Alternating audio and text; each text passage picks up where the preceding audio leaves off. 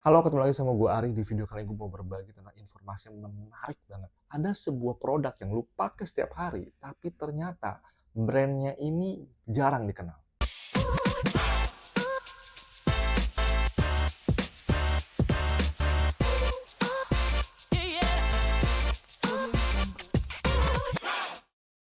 Guys, jadi gue baru aja sempat ngulik, ini ada sebuah produk yang kita pakai setiap hari, tapi brandnya anak muda ini nggak gitu kenal.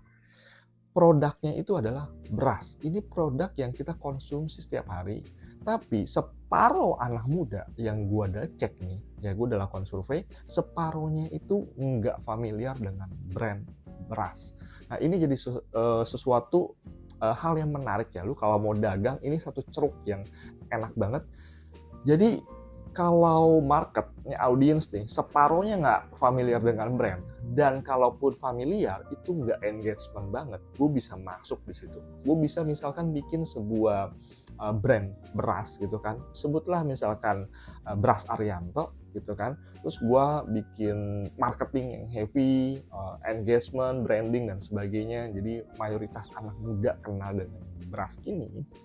Nah, ini kan jadi sebuah ceruk untuk gue lakukan kegiatan branding.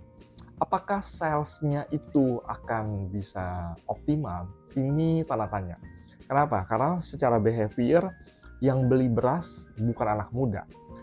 Mungkin ibunya, orang tuanya, atau mungkin nanti ketika dia sudah berumah tangga, sudah atau ngekos atau menjalani kehidupan mandiri, dia mungkin akan baru beli beras. Ataupun juga sebagian nggak beli beras. Kenapa? Dia makan di luar atau order kayak gitu.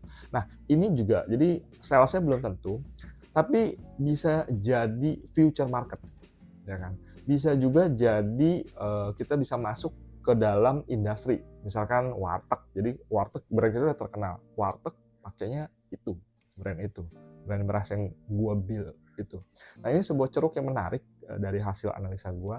Dan lu kalau mau bingung mau dagang apa, coba lu dagang beras. Lu bikin aja beras dengan branding custom ala lu. Berasnya lu ambil dari mana, ya tentu lu perlu filter lah, source-nya adalah yang berkualitas, speknya kayak gimana.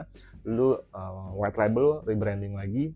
Ini sebuah ceruk yang menarik karena pemainnya rata-rata konvensional, belum ada yang melakukan kegiatan heavy terkait dengan digital.